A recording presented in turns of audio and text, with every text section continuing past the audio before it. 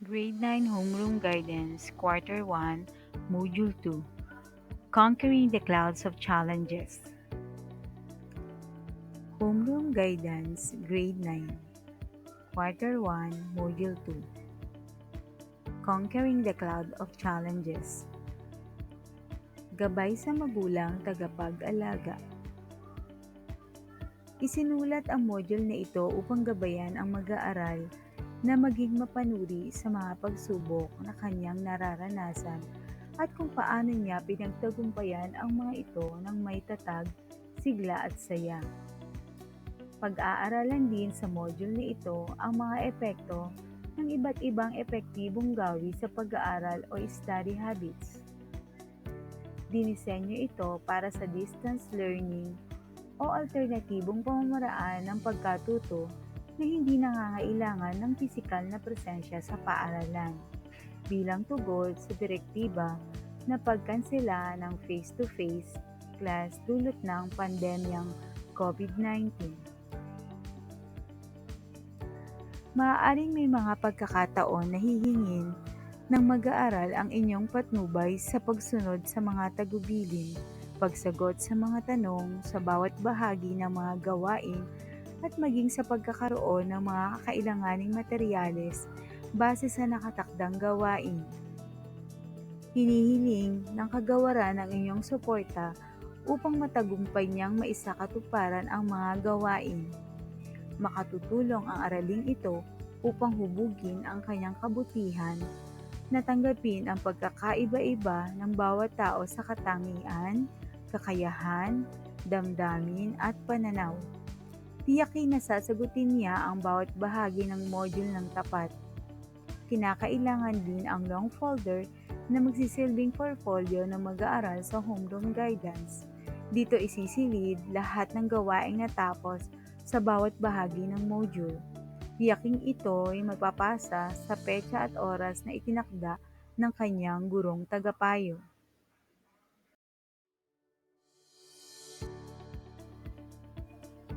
Module 2, Conquering the Clouds of Challenges.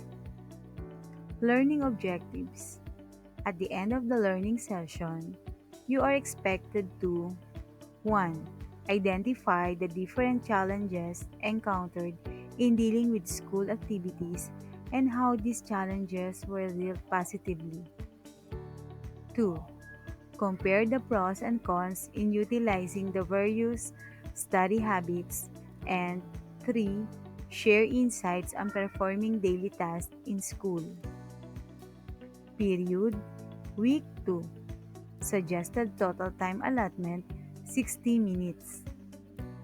Materials needed: clean sheets of paper, bond papers, and pen or pencil.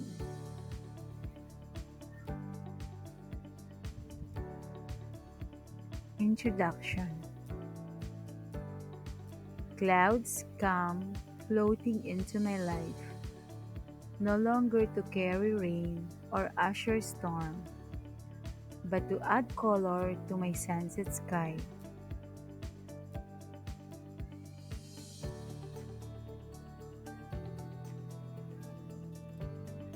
Understanding your limitations inside and outside the school is just as important as looking into other aspects, like life experiences, social economic status, lifestyle, values, and beliefs. All of these can influence your achievement of life goals. These life goals are great motivational factors for you to keep going and be inspired in being the best, especially when unexpected life setbacks happen, such as the current COVID-19 pandemic. Indeed, continuing to focus on your studies is one of the best foundations that you can build. Specifically, consider the advantages and disadvantages of using effective study habits as your guide to develop routines, things that you can do on a regular basis which can help you achieve academic success. As a learner, you constantly face several things that demand your time for school or family. But knowing your priorities or what is important in life will guide you to do what is best. In this module, you can learn how to be a strong minded individual who knows how to manage activities and time well, and who can share effective study habits which will be helpful to lifelong learning. Let's try this. Suggested time allotment 5 minutes. How do I study? 1. Identify the possible challenges of a learner in each picture. 2. Write your answers on a clean piece of paper to be followed by your answers to the processing questions.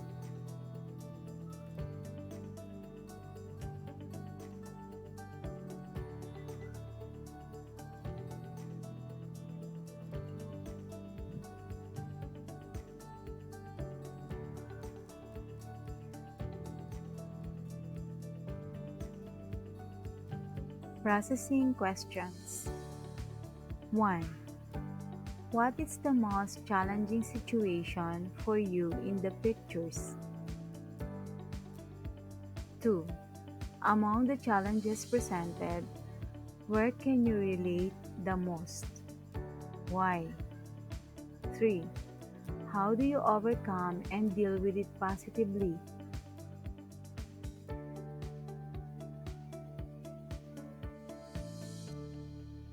Let's explore the suggested time allotment, 15 minutes. The clouds of one's life.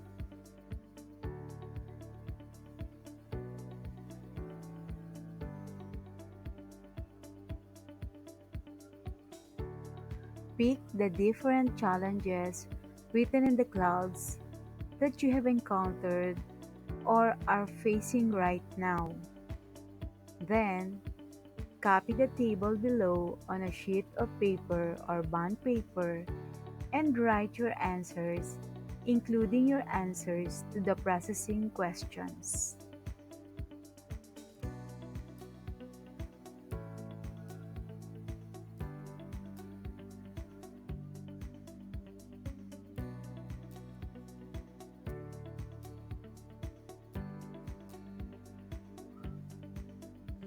The cloud of one's life worksheet. Write your name, date, grade, and section. In the column, we have challenges met in school. Example, not enough food for family every day. Second column, factors or reasons in experiencing challenges. Example, my parents are jobless. Column number 3, what are the actions to do to still have a good study habit? Example, look for opportunities to earn while considering my safety and allot time to focus on my schoolwork. Processing questions. What do you feel when you recall those challenges? 2. How different or similar are the study habits in various challenges? And 3. How do you look at these challenges in relation to your academic success?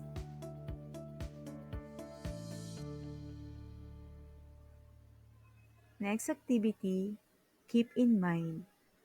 Suggested time allotment, 10 minutes. Challenges are normal occurrence in life. No single person can say that he or she has never encountered a challenge. From the time you were born, as a baby, you struggle to crawl, to walk, and to talk.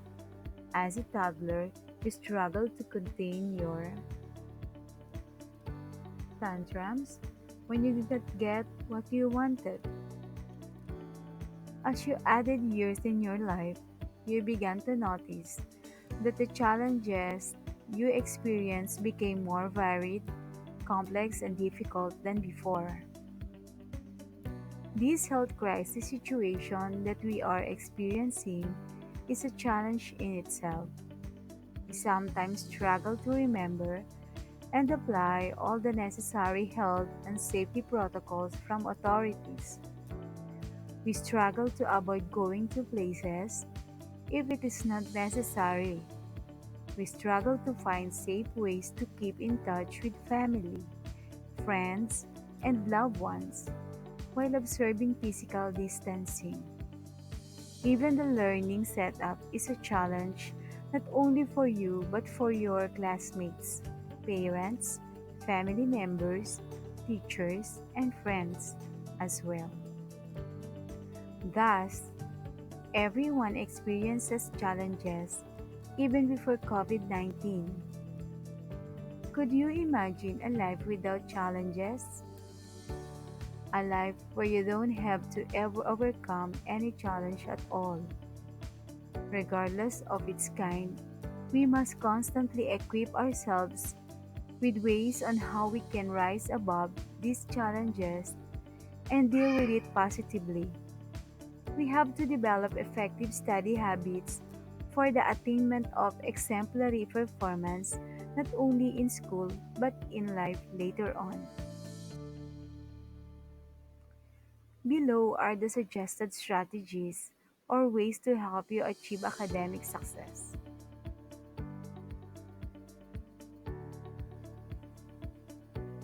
Strategy S. Set your academic goal for this school year. T. Track your development through daily and weekly study plan. R. Recognize the need for help or assistance from your parents, teachers, and other adults in relation to your academic needs. A. Accomplish your learning test ahead of time. T. Thoroughly check the quality, quantity, and presentation of your outputs before submission. E. Exercise efficiency in the use of time, materials, and efforts in achieving academic goal. G. Gather all possible resources from books and other resources in order to have better understanding of the topic in your classes. And Y. Yearn to perform better and remember your motivation, study skills, and study habits. Likewise, as much as possible, learn to avoid the following: waste. W. Wasting time or doing irrelevant activities while having classes like playing online games, chatting, watching movies or TV series, and daydreaming. A. Allowing peers to dictate your plans and actions. S. Stressing yourself to the point that you cannot function well. T. Thoughts that are negative like difficult of the subject, chance of failure, and inability to learn new lessons. And E. Exhibiting unhealthy behavior. Example: poor sleeping habits, excessive use of gadgets, not taking time to relax. Keep in mind that the strategies discussed above cannot be mastered overnight. All study habits, which are proven effective and efficient, take time, hard work, and practice. Whenever you take it upon yourself to apply the strategies seriously, you will begin to see that the challenges you encountered within and outside the school setting are not as overwhelming or discouraging as before. Navigating life with or without the presence of a crisis situation such as the COVID 19 becomes more manageable if you are familiar with the strategies or ways that will lead you towards academic success. For adolescent learners like you, some of the most needed study habits in your age group are time management, note taking, managing distractions, doing advanced readings, and of course, listening attentively. Even if face to face classes for now are temporarily not being conducted, while it is the ideal to practice every single effective study habit, all learners have preferential study habits depending on their learning styles and personal circumstances. Similarly, avoiding unhelpful routines that hinder a learner from academic success also takes practice. It takes a lot of determination, focus, and self control to nurture your ability to say no to distractions and unnecessary activities, especially now that you do a lot of studying by yourself because of the pandemic.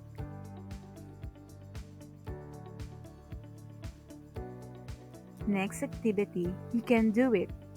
Suggested time allotment 10 minutes. 1. Copy the illustration of a pie below on a clean sheet of paper or bond paper.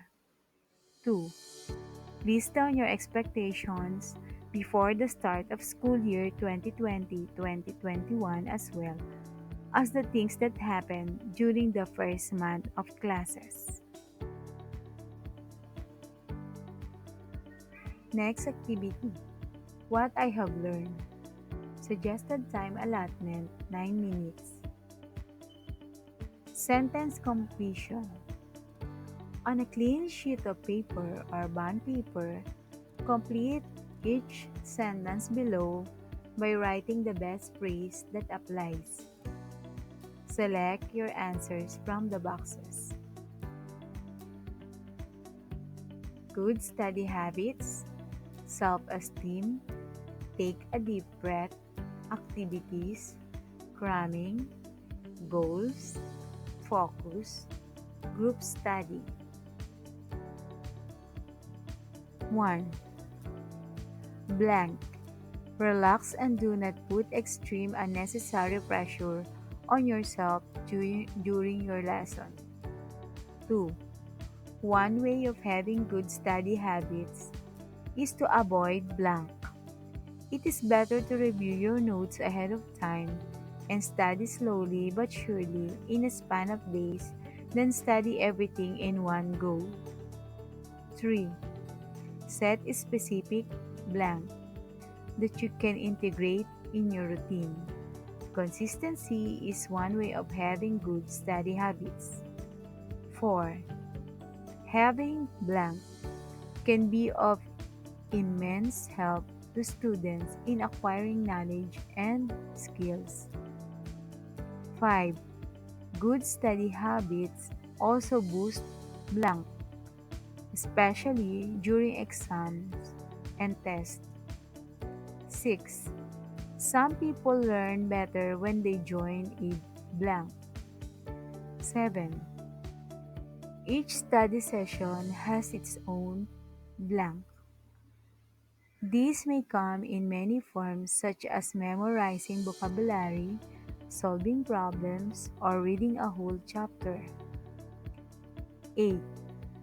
When you are surrounded by distractions such as noise and social media, you tend to lose blank, which can interfere in your study time.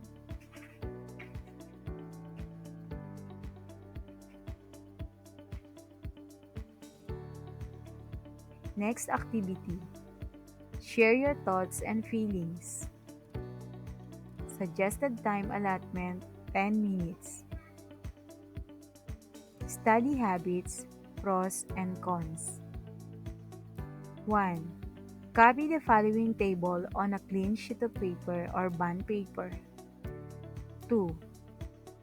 While the pros or advantage and cons, the disadvantage, and your insights for each listed study habit.